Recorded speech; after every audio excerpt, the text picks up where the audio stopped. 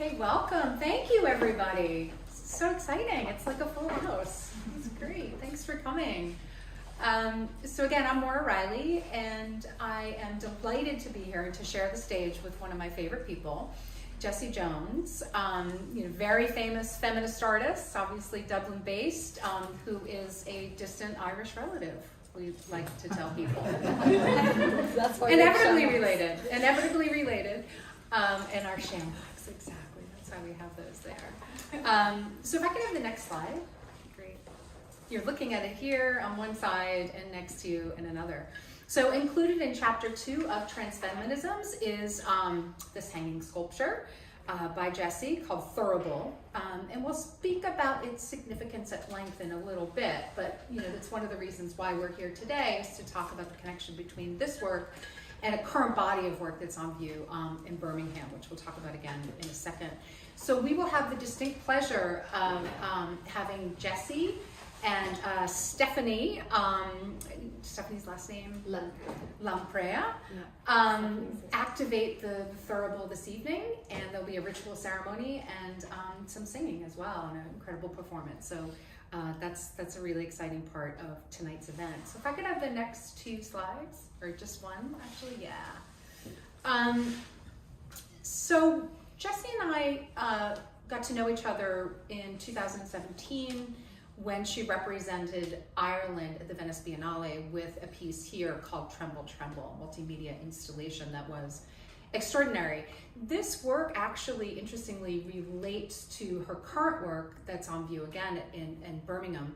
So we wanted to start by talking about this piece and then relate it in the end to Thurible. So there's a really wonderful kind of connection between this earlier work and what we're going to see tonight. So I wanted you, Jessie, to kind of tell folks about this really, really complex, interesting piece that has multiple components. So I developed this for the National Pavilion for Ireland for the Venice Biennale in 2017. And at the time I was really compelled by the idea of making a national pavilion that spoke to something within the kind of nation state or the statecraft of Ireland at the time. And we had gone through this kind of, I guess if people know a little bit, there's some Irish faces in the room. We've had quite an interesting political decade in Ireland where we've had a lot of reformation and almost a kind of like unstrangling ourselves from like a very particular Catholic theocracy, and that's been a kind of generational change. Around 2015 there was the marriage equality referendum, and on the back of marriage equality I was really engaged with a lot of activists who were talking about a particular artifact in the Irish constitution called the 8th Amendment. And there was this kind of growing and bubbling tension and ambition on the ground among the feminist movement to repeal this particular article of the constitution that banned abortion. So I, in a way, as an artist, was really excited to use the National Pavilion to stage an uncomfortable conversation. But in order to do that, to really use kind of like a mythopoesis or kind of poetic myth making that would take some archetypes and kind of garble them and kind of make them strange, so you could have this very indirect conversation about abortion rights and kind of stage it within the history of the European witch trials in particular. I was very influenced by a dear friend and an amazing woman called Silvia Federici, who wrote a book called Caliban and the Witch, which I can see from nods in the audience that there's a couple of fans for Silvia. And Silvia also kind of talked to me about the 1970s witch, la Tramate, la Strenga son tornate, which was in the 70s. There was a big social movement called Wages for Housework in Italy, where they said, tremble, tremble, the witches are coming. And this was a really compelling kind of political spell to me, that, thinking about what happens when you're on the threshold of change, what happens when you're on the precipice of change. The world seems to tremble, and it can tremble in a good way or it can tremble in a bad way, as we all know. But I was interested in that kind of witchy trembling that would give birth to, ironically, an amazing social movement that repealed the 8th Amendment. So at the time when the work was staged, there was a constitution in the Irish, there was an article in the Irish Constitution that was put in the 1980s, which equated the life of the woman to her unborn fetus, which when you say out loud now is so shocking to think that we had the same legal constitutional subjectivity rights as an unborn fetus. And that was very difficult growing up with that, and being a woman in like my childbearing years, being a woman that knew that if anything happened, I'd have the equal rights in the Constitution as the unborn fetus. And I was so angry about this. And that anger became a kind of spark to make an artwork about it. So it's an artwork that is very, I worked a lot with Alwyn Fuere, who's an incredible actor and performer, and some of you might recognise Alwyn from so many things. But Alwyn also kind of really took the project to the next level as a performer and really embodied stories of women during the witch trials, brought it to another space, And the fossil, Lucy, Australopithecus. There was another thing as well about giantism, if I could just say one or two lines about that. The project itself was about kind of dwarfing the body. The article in the Irish Constitution equated women with a fetus, and I really had this feeling of wow, this is exactly like Gulliver's Travels, the Jonathan Swift story. This kind of crazy idea, this kind of really strange imaginary idea that there's these tiny fetal agents that have control of you, So I kind of used that idea of Swift's, which Jonathan Swift is obviously an Irish incredible writer, but also very, very critical of emerging capitalism and colonialism. So that kind of Swiftian descent became a strategy to kind of use that kind of Swift metaphor as a way of dealing with the really complex issue around how to speak about abortion rights in Ireland, but speak about it in the place of art was really important to me, to speak about how we fight for constitutional subjectivity, how we fight against repressive regimes of the state in a former theocracy or a loosening theocracy, and actually how contemporary art can be this incredible kind of place where very complex ideas can be held in a way where they're not dogmatic, where they kind of live in imagination as well, Yeah, and the piece imagines a different legal order. So maybe you could talk a little bit about that. Yeah, the legal order is a kind of counter to the Eighth Amendment, the Lilliputian fetus and woman equal subject.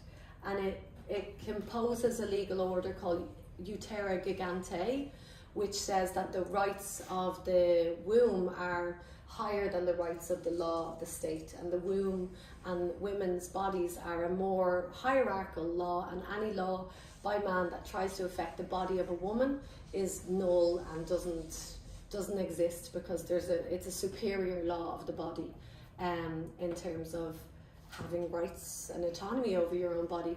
So I worked with an amazing lawyer and constitutional academic called Maura Reilly, who I'd worked with a lot before, and we just kind of went through some texts and pulled pieces out of kind of legal artifacts and the Constitution itself, and then rewrote it as a declarative piece. And you can see it in the far side there, where it's a giant mouth. It's like Samuel Beckett's Not I, but vertical, like a kind of vagina dentata. So it's this kind of huge cave that speaks this other law. So kind of using the Irish National Pavilion to declare another legal paradigm through art is kind of what was going on there. Yeah, no, absolutely. And I think the importance of the way in which she will articulate the words is also, I think, of utmost importance in relation later to, Mirror Martyr, Mirror Moon. Yeah.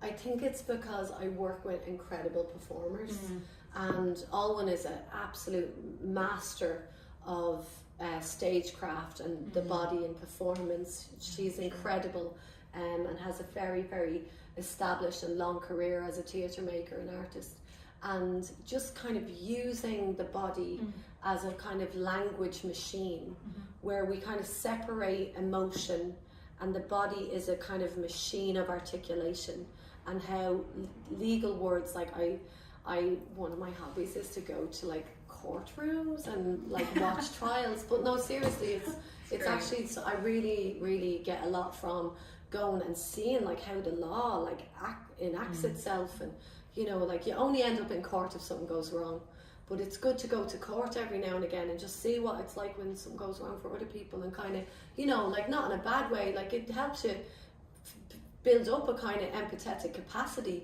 for what the law actually means and how it affects people's lives, because otherwise it goes like this to us.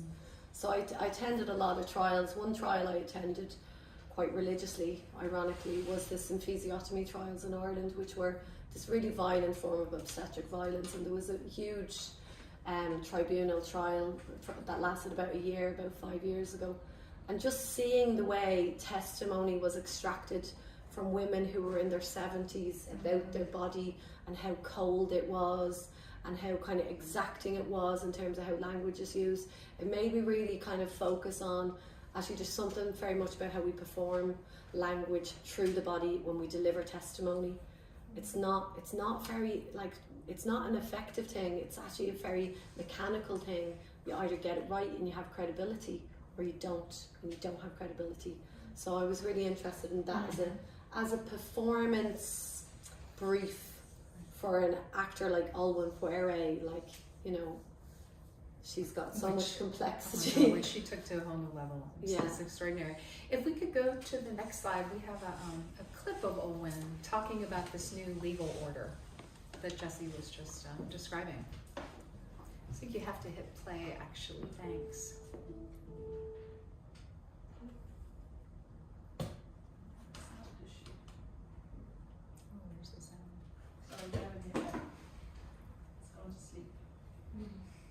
The speaker's gone to sleep.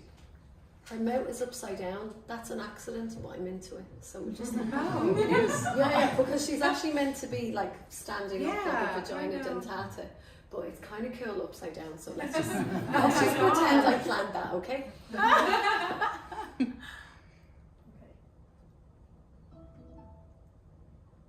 That's actually cool. Are you sure that's upside Yeah, because see her top teeth are on the bottom. No, maybe it's not. No, it's No, not. it's the right way around. It's the right way around. Okay, we'll flip it next time. Before the book of the law was written in earthly tongues, there existed another law, passed down through generations, daughter to daughter. Its letters were written in milk and spoken in whispers.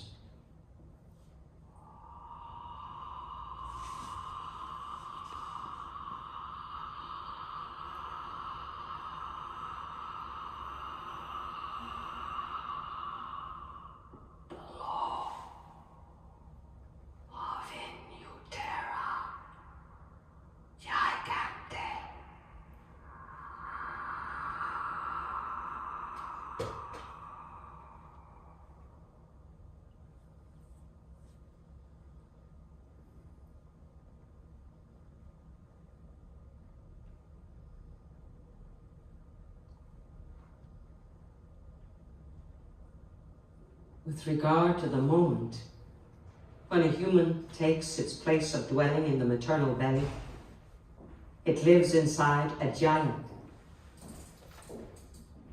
This giant is the only true origin of law.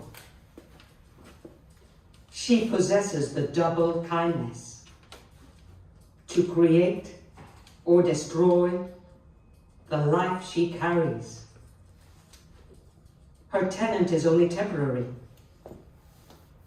its claim of occupancy finite, its very existence not mere life, as we, the living, know, but the greater possibility of being or not being. It needs not the society of man to become manifest. It obeys the natural law of Inutera Gigante. The world within the world made of flesh. not the state of land, or sea, or man, or sky. This brief stay in your terra gigante is the only just and true law a human will ever know. Its borders made of bones, its legal arguments groans and coos and stretches. The sound of rushing blood, its architecture, a floating universe made of laughter and tears.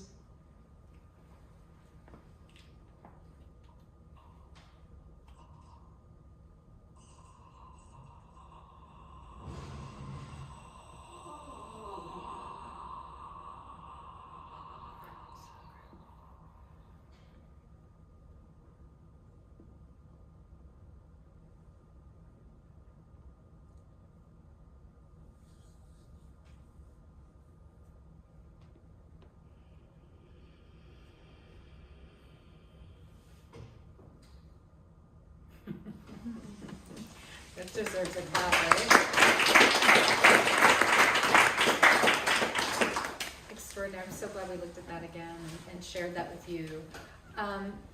Keep that in mind because we'll be talking about the exhibition Mirror Martyr, Mirror Moon, MMMM, which is again on view in Birmingham at Icon, and we'll link it back to this piece. So keep that in mind as we move forward. Let's talk a little bit about that. If you could just put forward the next slide. So this is an installation shot. And again, like the last piece, Tremble, Tremble, there are multiple components. So one of the things I love about Jessie's work is there's the screen or the scrim curtain, which you saw in the last piece, Tremble, Tremble. There's an object here, it's a painting, which we'll talk about. There's also another object, or multiple objects, sculpture, and there's a film. So obviously she likes to work in these sort of multimedia, kind of massive, extraordinary cinematic experiences. So I wanted to show you that first. And again, we'll talk about this, but this new work considers art history, cinema, feminism, ritual, and healing, but it also presents multiple interrelated archetypes of feminist resistance, I think is probably the best way to articulate it. So if you can move on to the next slide. The work, this installation was inspired by a painting by Artemisia Gentileschi from 1616 on the right. And maybe you could talk a little bit about how the project came about and just some of the components to have people get a sense of the cinematic space. So it all started with Artemisia, and I was invited to take part in the National Treasures Bicentenary for the National Gallery, and Icon commissioned me to make a new work or a work in response to the Artemisia painting. So I spent a lot of time with the painting. I printed it out and had it on the wall in my studio, and it was, I have to be honest, quite intimidating to be asked. It was such an honor, but it was terrifying to think that to make a work in relationship to Artemisia. Artemisia is like an icon of art and of feminist practice and like an icon of feminism, and was somebody who I had always really loved, but I had never seen a lot of Artemisia work in the flesh. So I remember when you came to Dublin, we were talking about it, and I was incredibly intimidated in how to start the project, and Maura gave me the advice, which is just go into your absolute nerd hole and read loads of books about Gentileschi and particularly St. Catherine. So I'd worked on another project the year before, which was about the archetype of Mary Magdalene called the Tower, and I had been very interested in how saints and figures of saints become these kind of transmorphic kind of containers for lots of different identities for women and archetypes for women's subjectivity, and how they're actually really political. And often, like somebody like Mary Magdalene, you know, she is the Magda, the tower, the person who is the right hand of the prophet Jesus, but is completely suppressed and turned into, you know, prostitute that just like washes his feet with her hair. So, you know, which is nothing wrong with that. But what I'm saying is, like, whatever you're into, but like, there's seriously nothing wrong with that. But, you know, this sense of like really compelling historical political women are often held in these kind of saint archetypes. So I started to really look at St. Catherine and realised, reading about St. Catherine and looking into St. Catherine, that she was actually also a similar kind of character. She was actually Hypatia of Alexandria, who was an incredible astronomer and mathematician and a really public figure in the ancient world, whose public murder was considered one of the first like assassinations of a woman to be as a witch in the 4th century AD. And it is the moment that we kind of consider to be the death of the ancient world. And she's a really significant person. Hypatia, in terms of like the kind of passage into the ancient world, into the emerging world that comes after it. And her death was super public and violent and symbolic.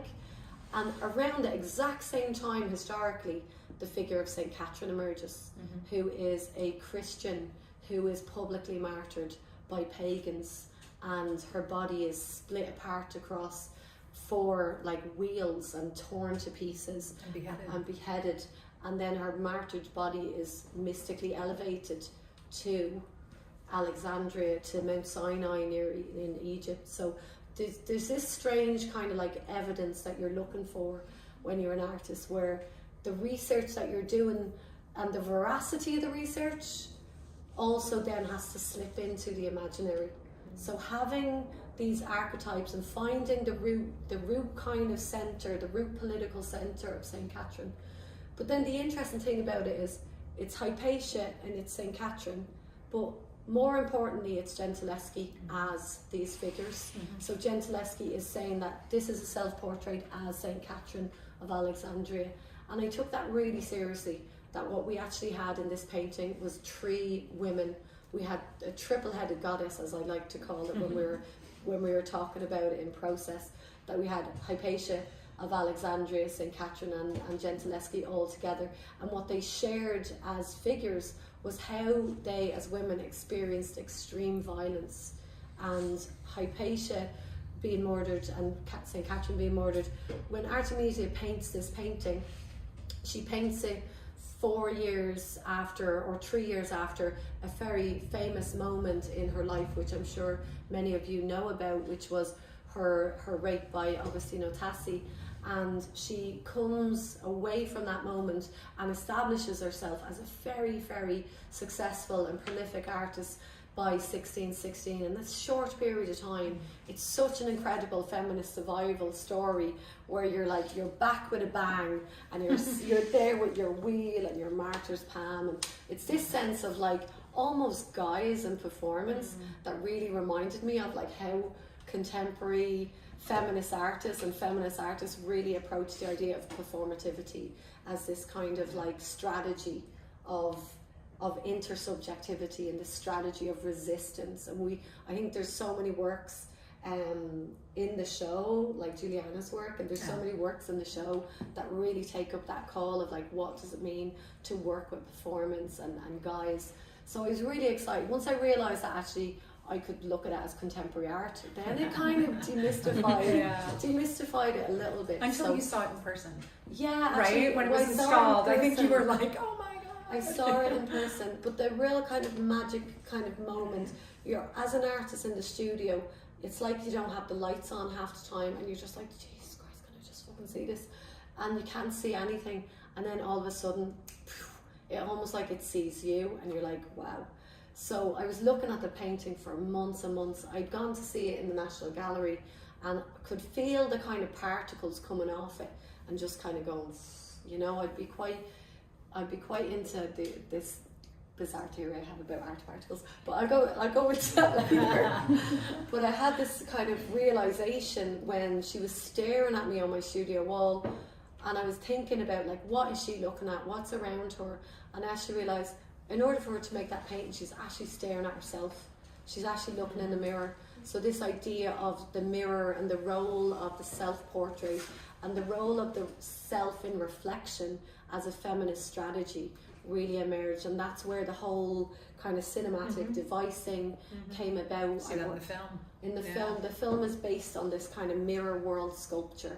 And I worked very closely with Emma Dalesman, an amazing director of photography, to develop a sculpture that the entire performance could happen within this enclosed sculpture of self-reflection.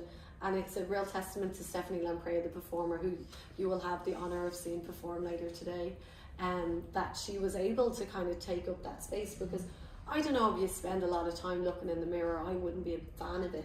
But she literally did 10-hour days. Oh wow! Where I was shouting at her through a mirror to you know, legend. So another component, in addition to the self-portrait, is your self-portrait. So if we could go to the next slide. Tell us about this tableau in the foreground, right? So we have a plaster cast of your head placed on a pedestal next to a glass vessel of holy water and then a stone bowl, right? So it's this little tableau, and you can see behind is the video, which we'll talk about. And the lighting of this is so dramatic. I love this tableau. So let's talk a little bit about you're integrating your self-portrait and maybe referencing a little bit of the Thurible, which has also a little bit of self-portraiture. But tell us a little bit about this. So for me, this kind of came at a moment where I realised when I was making the work that I needed to put myself into the story. Like Jen Zaleski had made such a risk to make a self-portrait of herself as this character, and I felt really compelled to like kind of stand beside her in that gesture. So I made just a very simple kind of plaster head cast and placed it on the mirror, but it was really about kind of putting myself into the frame with the whole situation, where I didn't want to, one of the hardest things was I didn't want to make an artwork about Jen Zaleski. I wanted to make an artwork with Jen Zaleski. And I know that sounds really intense, but like I really wanted to try and have a bit of a seance with her. I really feel that, like, you know, there's a, for me, art history is not just something that's over. It's not over. And I actually think that what artists do is it's really creepy what artists do. If I'm gonna be honest with you. No, it is though. What artists do, when artists do it well, is they make kind of effectual material objects that hang around for a really long time, even after they're dead. So kind of dealing with, if we know that that's what artists do, that's creepy, right? And if we know that artists do that, then it's kind of a seance then, when two objects from two different moments in time are in the same space together.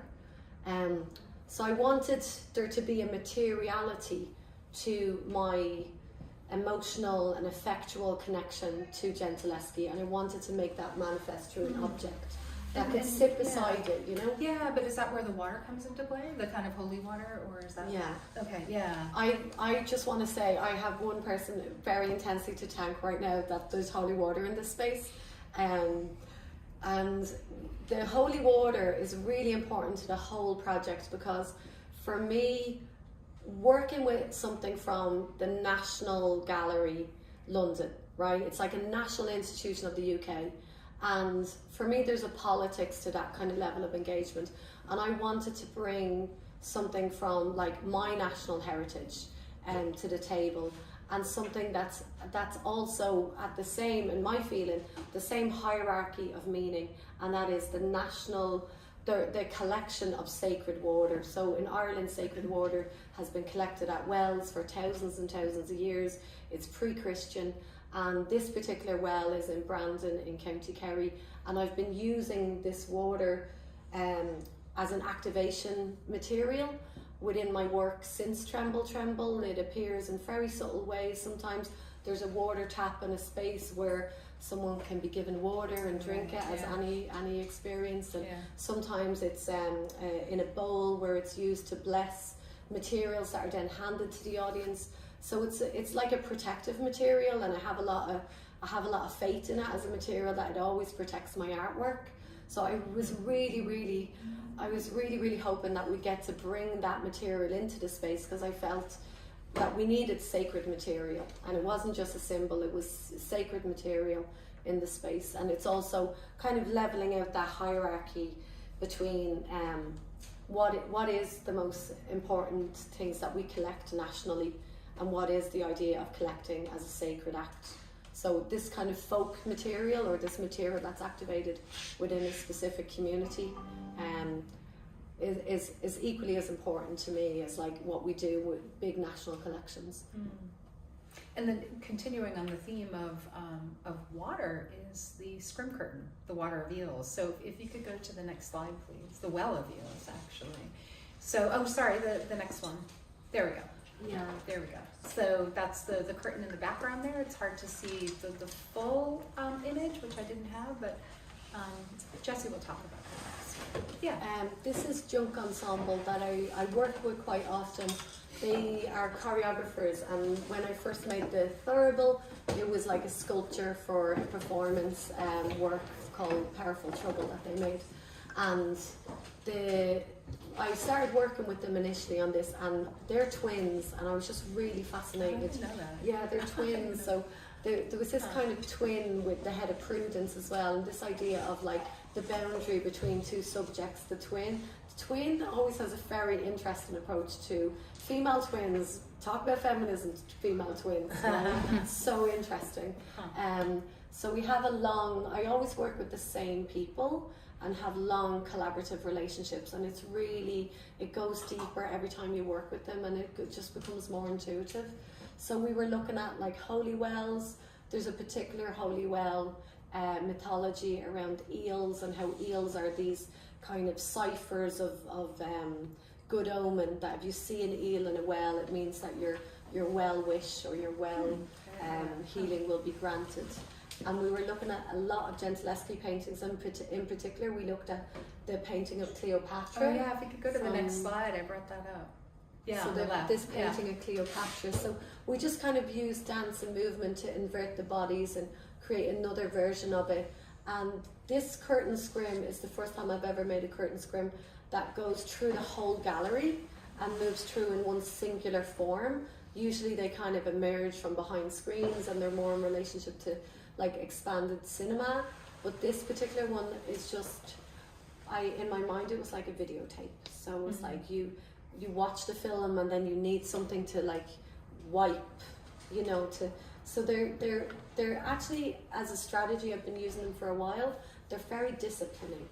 So I know that sounds crazy, but when you have a curtain that moves through a space, people are milling around, they're doing their own thing, and then people are generally terrified of a giant naked woman coming towards them. So it was, there needs to be a certain kind of level of, when people are in the dark, I use darkness a lot in my work, and when people are in the dark, they need to feel a sense of the uncanny, or that something is being interrupted, or there's also the space is being controlled by somebody else.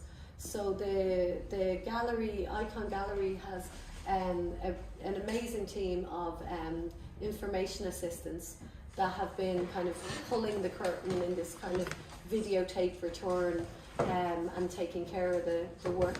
And it's kind of it's an act of care by the gallery to keep the work activated and live.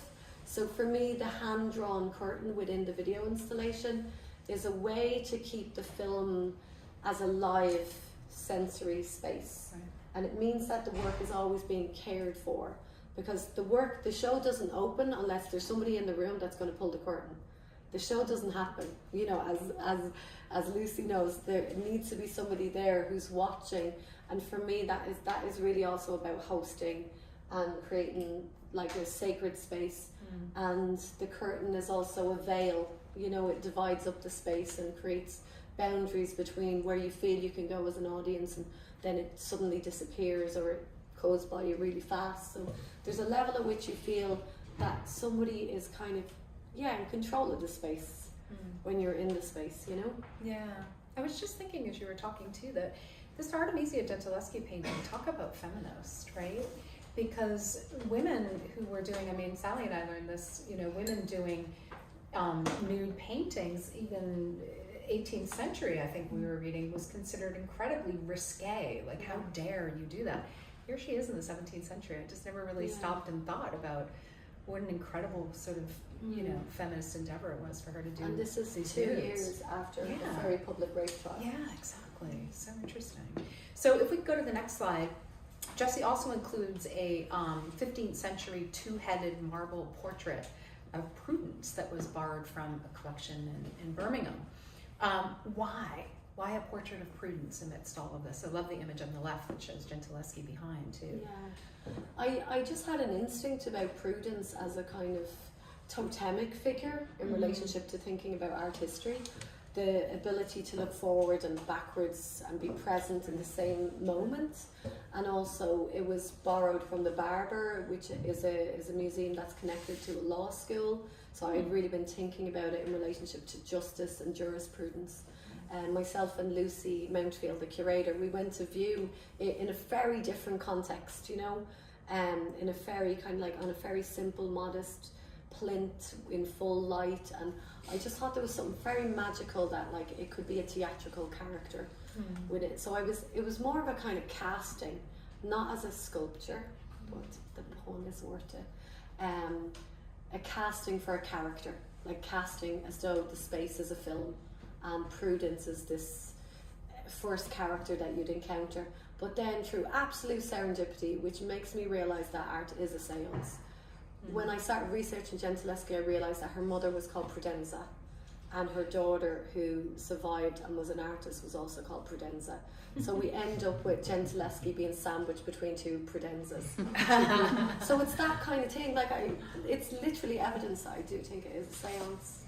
And again, it shows the incredible research that I mean, you know, like her mother's name, like the amount of research that Jessie puts into her productions are mind blowing. I mean, they're more than like scholars I know who write books. It's like incredible. You can quote from like Mary Garrard, who's like the #1 expert on Artemisia Gentileschi. It's mind blowing to me. But also, you had mentioned to me at one point that you like this because, you know, it links Artemisia Gentileschi to the future idea of feminism and the patriarchal past of art history. I think that was a really beautiful way to articulate it as well, right? Like I feel like, you know, it's not about, as a feminist and an artist, it's not about like only recuperation as a strategy. It's also about something else, which is, you know, dealing with the past as something that can be retold or transformed, or you know, that just shifting what the materiality of the past is. And I think that sounds really dodgy, but I mean it that like artists can do it. Like artists have like this kind of plastic, imaginative way of dealing with history and stories that, you know, we can kind of suspend the veracity of something and allow it. What if it's art, and what if we experience it as art? And I think there's so many works in this exhibition that really allow that to happen, and it's really exciting to be now. It's really fun being an artist. All right, so we'll talk about the final component, which is the film, and we'll see a clip of that in a second, but really mesmerizing new 16mm film that Jessie did with her DOP, who was here this evening. And it's inspired by Christine de Pizan's 15th century text, The Book of the City of Ladies. I'd love for you to talk about the film in relation to Pizan, Mount Sinai, St. Catherine. Yeah. I mean, there's so many complex layers associated with this new film. Yeah, there's a lot, but it's also about, you know, for me, I have a drawing practice, which is reading historical texts from the medieval period. Wow. So, wow. But no, really, like I will read like a lot of texts, and I will kind of just sketch in my notebook, just phrases and words. And you know, I read a lot of Christine de Pizan, and then after reading so much, I just became obsessed with one poem that she wrote called Soleil des Suits, and it was a beautiful poem that she wrote after her husband died, and I just became obsessed with one word from the poem, Soleil, Soleil, Soleil, And having read the entire book of the City of Ladies, just granularly found one word, and you'll see in the performance and you'll see in the film I didn't know that. there's a granular aspect. It's the entire story of Christine de Pizan is held in one word, and I guess that's about thinking about like language and the plasticity and the kind of granularity of the poetics of language. So yeah, I think I forget what to go on top. Yeah, and I'll ask a follow-up question. If we can go to the next slide, if you don't mind. Let's talk, before we play it, let's talk a little bit about the score, right? Composed by Irene Buckley, starring Stephanie Lamprea, and featuring the music of a 17th century composer, Francesca Caccini, who was a contemporary and friend of Gentileschi. So a really interesting score. Maybe you could talk a little bit about that. Yeah, it also has Monteverde. Oh, right, exactly. But in reverse. Right. But there's one or two lines that are Monteverde, Addio Roma. The whole way of thinking about the music was, I was reading Jessie Locker, who's also an incredible scholar on Gentileschi, and Locker was talking about how Gentileschi not only was an incredible painter, but she basically was there for the birth of Italian opera and the Donna Fuerte, and the kind of characterization of women as these really powerful, dramatic women that, it wasn't over until they sang the last part of the story, so a lot of this kind of milieu that Gentileschi was in Venice, in Florence. She was in Venice at the same time as Monteverde. Monteverde writes Addio Roma after that period of time. Addio Roma is this really like heartbreaking story about leaving Rome, leaving your homeland. Then when she goes to Florence in around the time that she makes Self-Portrait as St. Catherine, she becomes friends with Francesca Caccini, whose father was also Guido Caccini, who wrote Ave Maria, which is a pretty famous song. So they had this thing in common where they both had super famous dads. So they were like Nepo babies? the Nepo babies of Florence that were like, oh, our dads are so famous. What are we going to do? Our dads are so famous, but let's just be absolute geniuses. So they were just incredible, and she writes this, Caccini writes this beautiful, beautiful piece of music that you will hear later this evening. And I just felt like Francesca Caccini, because she was Gentileschi's friend, I felt like to make the film, she needed to have her friend with her and to make the show where her friend was in the space with her. And it was this kind of moment of like bringing Caccini and Gentileschi back together as these kind of people that were mates in their 20s. And Francesca Caccini was there after the rape trial, and she was kind of, everybody has a mate that is there for them when they most need it. And I just felt like that's a really feminist act to bring those women back together. So that was the kind of brief for me, was to make a soundscape that reanimated that idea of the Donna Fuerte and that kind of birth of opera around the milieu of Gentileschi's work in that moment of mid 17th century, early 17th century Italy. But the very simple gesture of doing it was, I worked with Irene Buckley on a lot of projects, and Irene and myself started kind of developing the score using maps, and we based it on the map of Mount Sinai, where the body of St. Catherine was mystically elevated to for her martyrdom. So we just took apart the kind of mountainscape. I'm a very visual thinker, so I was like, can we do something like this? I was also obsessed with John Cage's aria from 58. Oh, that's great. And I love it so much. Yeah. I listen to that to relax. So you listen to that to relax. So I was really obsessed with it, and I said to Irene, can we find a performer that could do something like that kind of really the garbled videotape way of dealing with the voice. And Irene was like, there's nobody that can do that, Jessie, come on. And I was like, please. And then she was like, okay, Stephanie Lamprea, she's based in Glasgow, you have to meet her. And it kind of took off from there. So the score turned into this kind of sprawling thing where it began with Irene. It began obviously in the 17th century with Francesca Caccini and Monteverde, Again, I use a lot of reverse, so I know that Chiara Fumai's work also uses reverse. So we reversed Monteverde. So we got the Monteverde to sing backwards. Yeah. So And Stephanie is as well, isn't she? Stephanie is singing Monteverde backwards. Right. So I'm very interested in that kind of reverse of language. I had a fantasy for a long time to do a reverse opera and to have the voice go back into the body, like a manna, like a manna that you particles that you eat, So it was kind of, for me, it was a very magical kind of dream come true to work in this way with incredibly talented people and just as soon as we were all in the room together, just flowed and turned into a thing. Stephanie, kudos to you for singing Monteverde backwards. That's incredible. Oh my God. Because it's garbled and harrowing, and I didn't realize that's ultimately what was happening. I thought really you were trying to make it like incredibly opaque so that, and then eventually the Hypatia kind of slaughter emerges towards the end, right? That kind of the ultimate moment. So let's look at a clip of this film. It just shows about 4 minutes. Can I just check it starts black?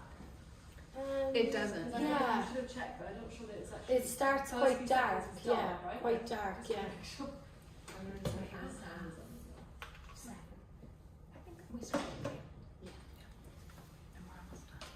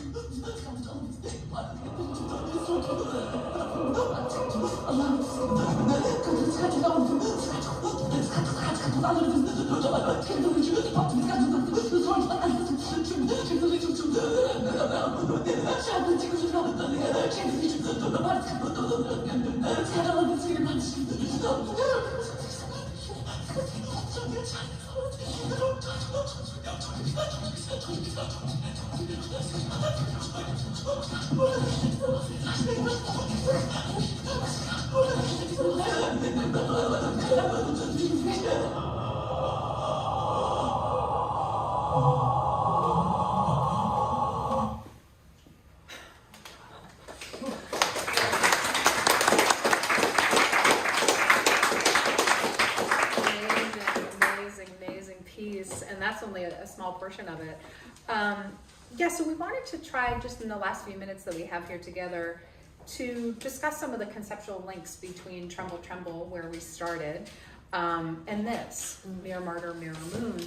And one of the things that Jessie and I have spoken about, in relation to this connection, is how she wants to capture this sense of the body as a machine for text, right? So you can see the similarities, I think, conceptually between what we just saw in Olwen as the giant, kind of just declaring the law as we saw. So maybe talk a little bit about that, the sort of sound objects, right, that you've spoken to me about rather than language, right? Seeing them as objects, I think is what you said, right? I think that comes from the idea of what testimony is, and going to trials and observing how, I guess in particular, women's testimony is difficult to believe, and there's kind of a credibility thing around testimony. And the text that Stephanie's speaking in that section, we had played around with it, and she'd spoke it a lot. It's from a book by Maria Duzelska, which is about Hypatia, and there's this section that describes Hypatia's murder in Alexandria, where she was torn to pieces by the Alexandrians, and her body was shamefully treated, and parts of it were scattered all over the city. And it just felt like such an intense description of violence. And at the time we were making the work and making the soundtrack, we were also watching what was happening in Gaza every day, and this feeling of like the repetition of extreme violence, to a point where the credibility is questioned, to a point where the repetition of it becomes an even deeper violence because it loses meaning. It's like that thing of like that Chekhov talks about, and again, the violence is in the repetition, the violence is in the again.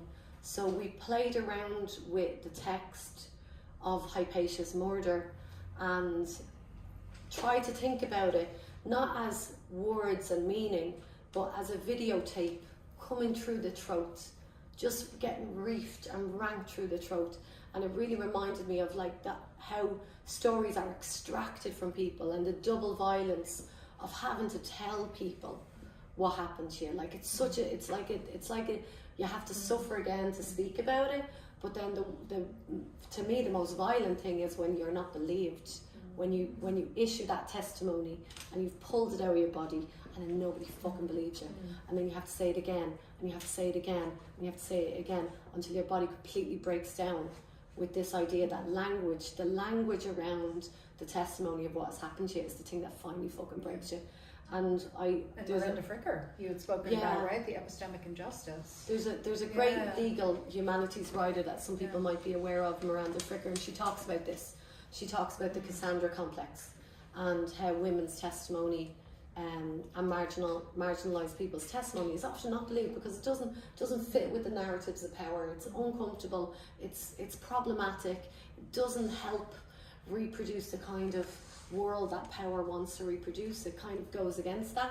So it's often excluded, or its practices of dialogue are often kind of minimised, or marginalised even deeper.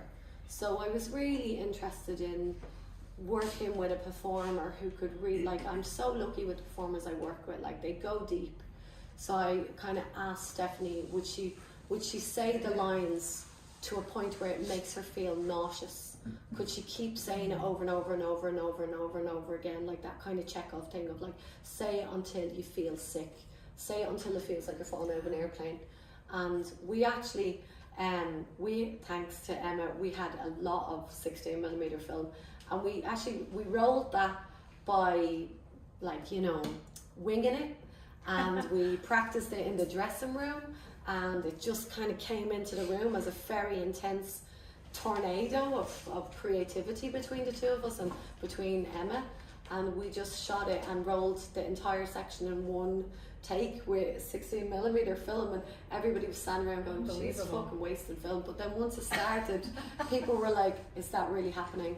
And I suppose for me that's also the point, the reason why I went back to 16mm for this project was the idea that the materiality of the film would come out of the camera and touch against the body of Stephanie and touch against her voice and seal it there in a very different way. And then strangely, by total coincidence, but then there's never coincidences. The date of the painting. The date of the painting. Oh, I didn't know that. I was guessing, so actually. I had no idea that I was making a film that was exactly 16 minutes long until I was in the edit suite, and because this 4-minute section, it became 16 minutes long. So it was on 16mm and it was exactly 16 minutes long, and the Gentileschi painting was painted in 1616. Yeah. So I was like, ooh, it's so creepy. It's so witchy. It's so witchy. I know, but like, look, I'm not being bad about it, but you know, we are talking about very creepy stuff when we're talking about art. To me, creepy is not a bad word. It's just, you know, we're talking about something that kind of lingers and hangs around and has that affective possibility. There's no way we can only think of it from the rational world. And for me, that's the value of coming back to art history from a feminist perspective, from a decolonising perspective, because maybe they didn't get it right. Maybe that way of like rational, you know, one moment supplants another in the historical narrative. You know the way it goes. Maybe that's not the right way of looking at art history. Maybe it's some other kind of seance that's actually happening. And for me, that's not a weird thing. I grew up, my mom is a psychic, and I grew up around a lot of storytelling, you know? Like all it is psychic storytelling. And I grew up with that as a very strong folk practice that was very much part of my domestic life since I was a kid. And I kind of learned how my mother would tell stories about people's lives, that they would be entranced and bewitched and compelled. And you know, she'd hold she was tea leaf reader, so she'd hold a tea leaf cup, and oh my god, you could hear a pin drop. Wow. It was such a brilliant education in stagecraft to know with that from a young age. Like, you know, I learned so much from seeing how people would like, oh, you know, it's compelling. Now let's bring the thurible back, right? So let's relate this object here to Mirror Martyr, Mirror Moon, and tell folks how we're going to get to the present using those two things. Yeah, so I made this work last year, and it was very strange because I made it just the week I had a really dramatic injury and had to get surgery and ended up in hospital, and then my studio had to be set up in my bedroom. So I completed this work while I just gotten out of surgery, and it actually kind of saved me in a lot of ways because it brought me back into my body in a kind of physical, sculptural way. And then it was activated as part of a dance work by Junk Ensemble called Powerful Trouble, which was about the history of archetypes of witches. I had been really obsessed with like the Buta Femero in Santiago de Compostela, and in a lot of ways I am from like historically a very effecto-spheric Catholic culture, even though, like, you know, Elvis was bigger than Jesus in my house, but still tell them what your middle name is. Well, Presley. Jesse Presley Jones.